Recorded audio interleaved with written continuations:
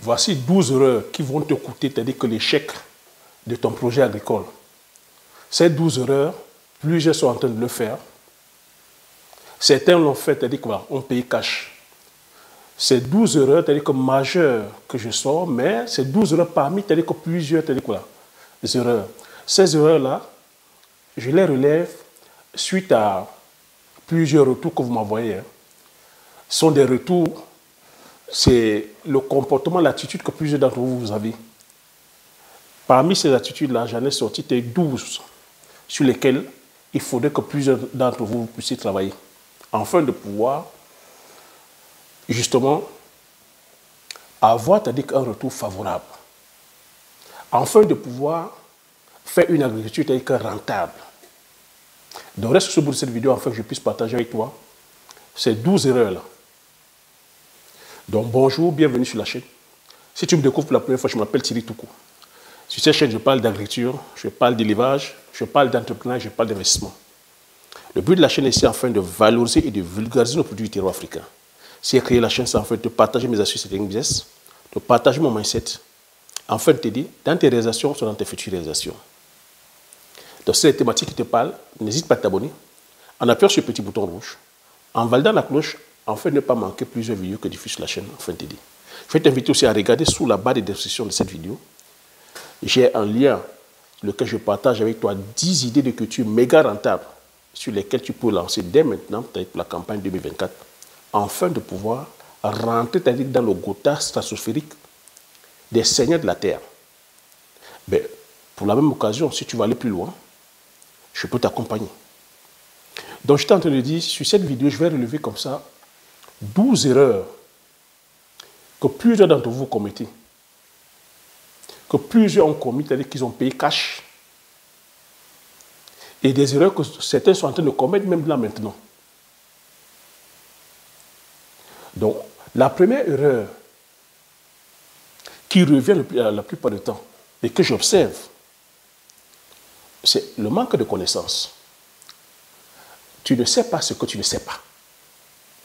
Beaucoup veulent aller entreprendre dans le domaine agricole, mais pensent qu'aller entreprendre, ça relève, je ne sais pas moi, c'est-à-dire que du loto, ne veulent pas se former. Comment tu vas aller faire l'agriculture sans connaissance? C'est un peu comme un chirurgien qui va aller opérer sans avoir fait des cours de médecine. C'est un peu comme un menuisier qui va te dire qu'il va te fabriquer des chaises ou une table sans avoir fait des cours de menuiserie. Un peu comme un maçon qui va te dire qu'il va te monter les murs sans avoir fait les cours en termes de construction. C'est vrai qu'on les a, les charlatans. C'est ce qu'on appelle le grand frère de la sorcellerie. C'est vrai qu'on les voit. Et c'est pour ça que nos affaires ne marchent pas. Donc, ça va demander de la connaissance. De la connaissance, déjà, c'est-à-dire intrinsèque de ta personne. La personne que tu es. Qui tu es, c'est de te connaître. Le qui tu es, où tu vas, la personne que tu veux devenir, ça veut dire connaître tes valeurs intrinsèques. Connaître tes points faibles et tes points forts. Quand tu sais que tu es défaillant sur le plan d'agronomie, tu vas te former. Donc, la formation. Beaucoup négligent le côté formation, mais je ne saurais insister qu'il faut se former, Ne pas lésigner sur la connaissance. Payer le prix qu'il faut. S'entourer des meilleures personnes. S'entourer des personnes qui ont le résultat. Et de se lancer. Deuxième erreur que je vois la plupart du temps arriver, c'est l'argent. Beaucoup mettent de l'argent en avant. Thierry, quelle est la culture que je peux faire? J'ai 1 million, qu'est-ce que tu me conseilles de faire? Oh Thierry, je ne peux pas faire ça pour l'instant parce que je n'ai pas d'argent. Oh Thierry, quelle est la culture que je peux faire? L'argent, oui. Beaucoup pensent aussi qu'on peut aller faire la culture sans argent. Tu vois, l'argent joue un rôle. Par rapport à ton choix de culture, l'argent est important. Je tiens à mentionner ici que l'agriculture, par rapport à ton modèle agricole, l'argent est capital. Je vois encore des gens qui vont, sur la pointe des orteils, aller penser qu'avec 50 000 francs, vont aller faire une agriculture industrielle. Et encore sur les céréales. Tu meurs dans le film. Donc, il faut savoir que, comme on dit, pour gagner gros, il faut investir gros. Je vois encore des personnes, troisième erreur, la facilité. Thierry, quelle est la culture qui est facile? On veut les cultures faciles. Mais je vais dire, dans la vie, rien n'est facile, mon gars. Rien n'est facile, ma grande. Fuyez la facilité. La personne qui va venir te dire que la vie est facile. Mais l'actualité, vous êtes en train de voir, je ne commande pas l'actualité, mais vous êtes en train de voir. Même aujourd'hui, aller donner son coup et tout, ce n'est pas facile. Aller te dire que ce processus, ce n'est pas facile. Qu'est-ce qui est facile? Quelqu'un qui va te dire facile, fuis. Rien n'est facile. Tout s'obtient que par le travail, le mérite. Et tu ne peux qu'apprécier ce que tu as gagné de façon digne, par le travail, le mérite. Rien n'est facile. En agriculture, il n'y aura pas d'agriculture facile. Il n'y aura pas de facilité. Parce que c'est vers là qu'on vous attire la facilité. Ah, ce qui entre, voilà, au bout de, qui est facile à faire. Non. Je vois aussi des personnes, 4, qui veulent la rapidité. On veut l'écriture facile, rapide. Non. Il n'y a pas d'écriture rapide. Parce que lorsque tu cherches la rapidité, figure-toi, plusieurs personnes aussi veulent cette facilité, cette rapidité. Et c'est vers là que plusieurs arnaqueurs, plusieurs personnes de mauvaise moralité vous attrapent. Ces cultures, généralement, c'est quoi? C'est sur les cultures, c'est-à-dire voilà, à graines, les céréales. Mais justement, c'est vers là aussi que, quand tu vas aller vouloir faire, tu vas aller sur une petite superficie. Donc, j'ai dit, 4, la rapidité. 5, la paresse. Ce qui me ressort tout, c'est des personnes paresseuses. C'est des personnes qui veulent investir, hein, mais vont aller chercher les organismes. Ah, c'est toi qui sais faire la culture, prends ton argent. On a vu des slogans ici, va te coucher, ton argent va travailler pour toi. On était donné à des organismes qui vont faire les cultures de la tomate, les cultures de la pastèque, les cultures du piment, les cultures de maïs. Donc ton argent va dormir, l'argent va travailler pour toi. Donc voilà les adeptes de la facilité, de la rapidité, dont les paresseux.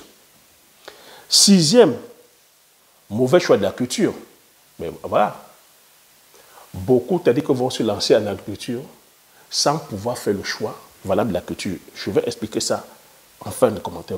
Si tu choisis mal ta culture, tu vas aller te retrouver en train de faire de l'agriculture sans être rentable. 7, le manque de courage. Ah, il faut être courageux. Quand j'ai dit facilité, rapidité, paresse, il faut être courageux lorsque tu vas aller faire l'agriculture. Parce que si tu n'as pas le courage, tu ne sauras pas faire. Je préfère être caché, je préfère être clair avec toi. Parce que aller dans le domaine agricole, c'est aller affronter, c'est-à-dire que justement, la nature. Et quand on parle de la nature, des fois, c'est-à-dire qu'il y a une part d'incertitude. Tu vas aller semer une graine, tu vas aller planter un arbre. Ben, tu vas jouer avec des éléments, tu vas jouer avec la biodiversité.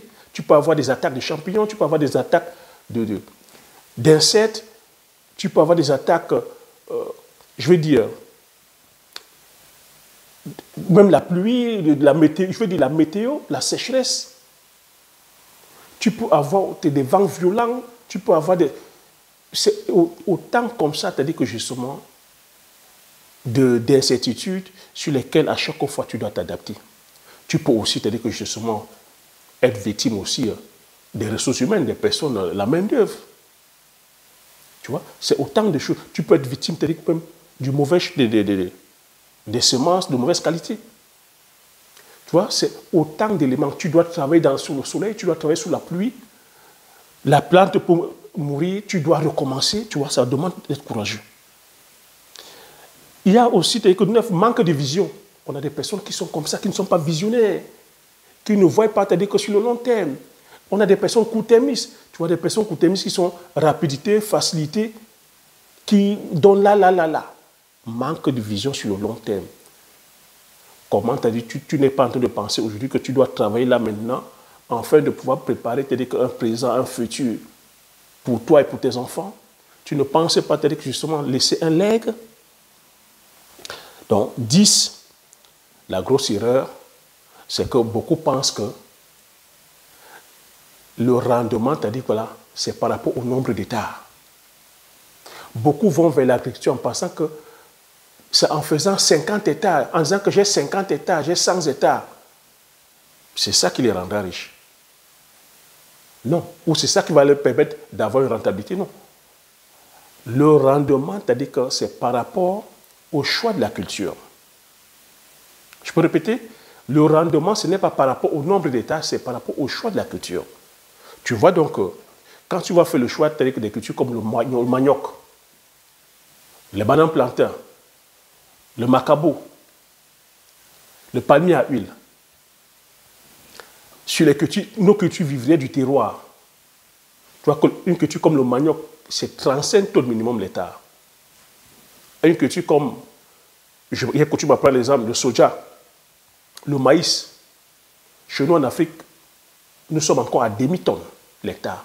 Donc tu vois que 35 tonnes et demi-tonnes, il n'y a pas photo. Quand on fait bien même, on parvient à faire 1 tonne, 35 tonnes et 1 tonne, tu vois qu'il n'y a pas photo. C'est comme ça que tu fais le choix. La grosse erreur que beaucoup font aussi, beaucoup pensent que la rentabilité, c'est par rapport au nombre d'hectares. Non, la rentabilité, ce n'est pas par rapport au nombre d'hectares. J'ai déjà expliqué plusieurs fois ici, sur cette chaîne, que lorsque tu veux gagner de l'argent, ce n'est pas parce que tu dis que tu es sur 50 hectares, 100 hectares. C'est le choix de la culture. Une culture comme le poivrier. 1 hectare de poivrier te donne une rentabilité minimum de 120 millions l'hectare. Tu vas ici en Occident, tu as 1 200 000. 1 hectare.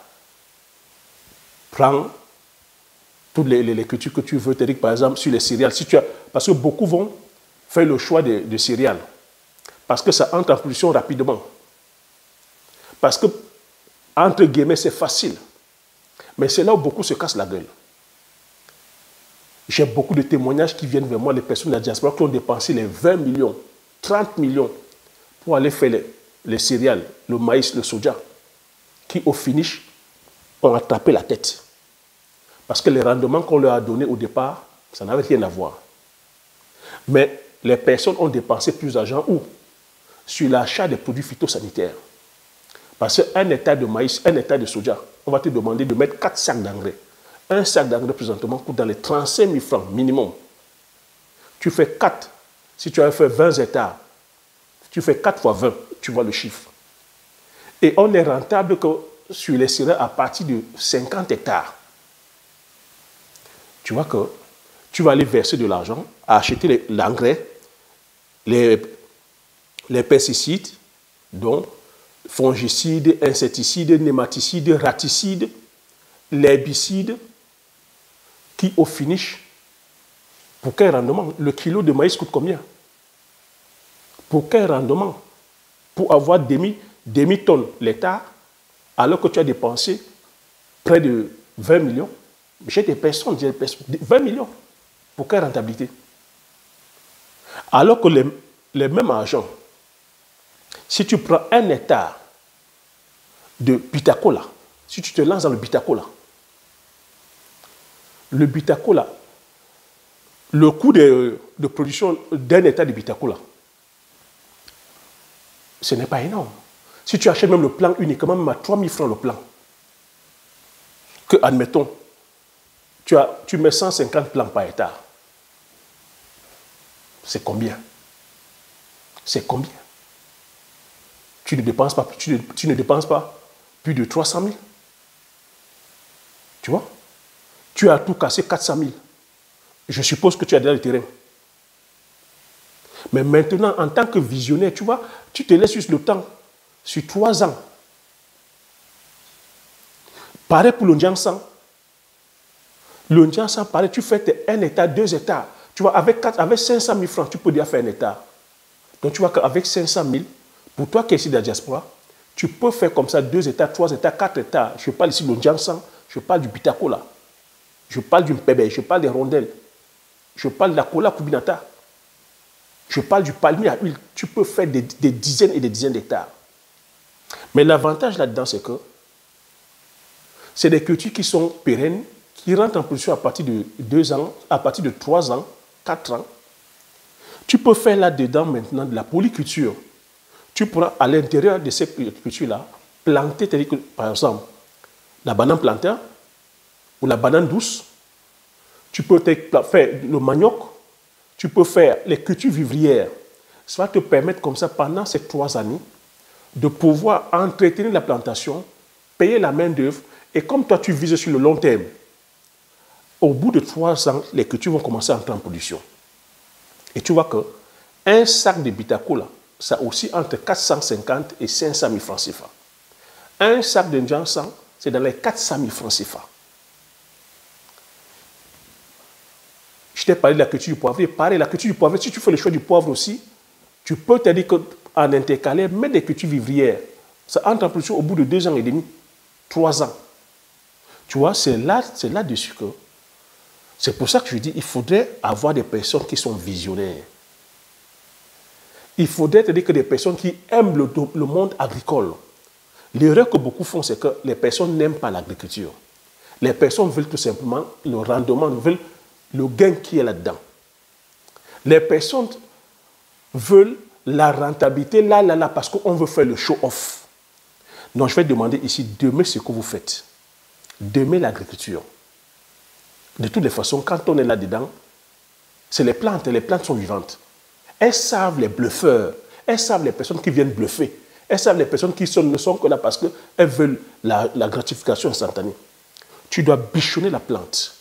Tu dois aimer te dire que ce que tu fais. Tu dois être un amoureux de la nature. Tu dois être un amoureux de la biodiversité. Tu dois être un amoureux du savoir-faire et du savoir-être. Tu dois aimer la terre, tu dois manipuler, tu dois être au contact de la terre. Tu dois être au contact de la macro et la microbiologie. Tu dois aimer, c'est-à-dire que justement les personnes que tu vas servir, dont les consommateurs. Tu dois, c'est-à-dire que justement être un amoureux, c'est-à-dire que de l'environnement. Tu dois, c'est-à-dire que être un amoureux, comme j'ai dit, des produits du terroir. Tu dois, c'est-à-dire que chercher, c'est-à-dire que l'excellence. Et ça, les plantes savent. Quand tu coches les cases là, derrière, tu ne peux qu'avoir des meilleurs résultats. Mais si tu vois que, comme si tu es un court-termiste, si tu es une personne de là, si tu es une personne qui n'aime que la facilité, la gratification instantanée, si tu es un paresseux, une paresseuse, on voit le prix. Nous sommes en train de voir.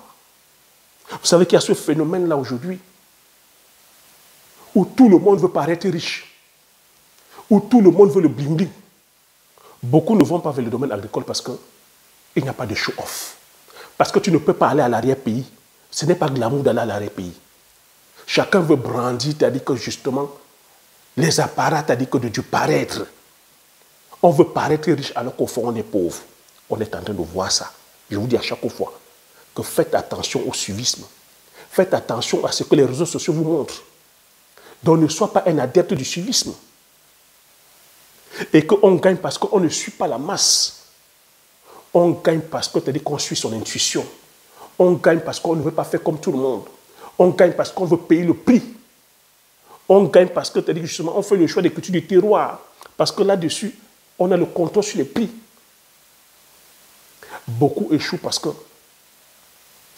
quand tu vas choisir une culture telle que les céréales, ah non, ce n'est pas avec 2 hectares que tu vas gagner de l'argent. Je préfère te le dire. Ce n'est pas avec 10 hectares que tu vas gagner de l'argent. Ce n'est pas avec 30 hectares que tu vas gagner de l'argent. Ce n'est pas en commençant avec 1 million, 2 millions ou 5 millions. Non. Parce que ça va te demander de la mécanisation. Ça va te demander tous les produits que je t'ai cités. Tu es en train de voir ce que les agriculteurs occidentaux sont en train de vivre. Ce n'est pas de la science-fiction, je vous le dis à chaque fois. C'est un fait, c'est une réalité. Pourtant, ils sont accompagnés, ils sont subventionnés. Voilà la réalité. Voilà la réalité que depuis l'existence de la chaîne, je vous relate, et nous sommes en plein dedans. Donc, allez justement produire de façon consciente. Aimez ce que vous faites. Derrière, il n'y a que les résultats. Entourez-vous, formez-vous. Il n'y a pas d'économie dessus. Aujourd'hui, nous sommes, c'est-à-dire que dans un monde de l'offre et la demande, nous sommes dans un monde de libre-échange. Il faut comprendre que là-dessus, aujourd'hui, tel qu'on la vend, si tu vas vers le modèle industriel, sur la monoculture mécanisée, ça demande les moyens. Ça demande les moyens. Donc ce n'est pas la peine de commencer à pleurer. J'ai partagé les stratégies, c'est pour ça que je demande, venons, faisons, c'est-à-dire qu'avec nos produits du terroir, là où ça demande moins de mécanisation, moins d'intrants chimiques, et sur lesquels, c'est-à-dire qu'on a le contrôle sur le prix, on peut, c'est-à-dire qu'apporter de la plus-value, créer de la main-d'œuvre, passer à la phase de transformation, faire l'industrie, apporter, c'est-à-dire que normer nos produits, apporter de plus-value et impacter l'économie. Là-dessus, tu as le contrôle. Voilà ce que je voulais partager sur cette vidéo. J'espère que tu vas aimer. J'espère que tu as appris des choses. J'espère que tu vas gommer l'ensemble de ces erreurs-là afin de pouvoir aller justement faire de l'agriculture de façon consciente, d'aimer la chose, j'insiste, d'aimer l'agriculture, de ne pas aimer uniquement l'argent que ça donne, mais d'aimer la chose, de faire corps avec la chose, d'être courageux, d'être patient, d'être déterminé, d'être discipliné, d'être quelqu'un d'apprenable, parce qu'on a encore des personnes comme ça à qui on ne peut plus apprendre.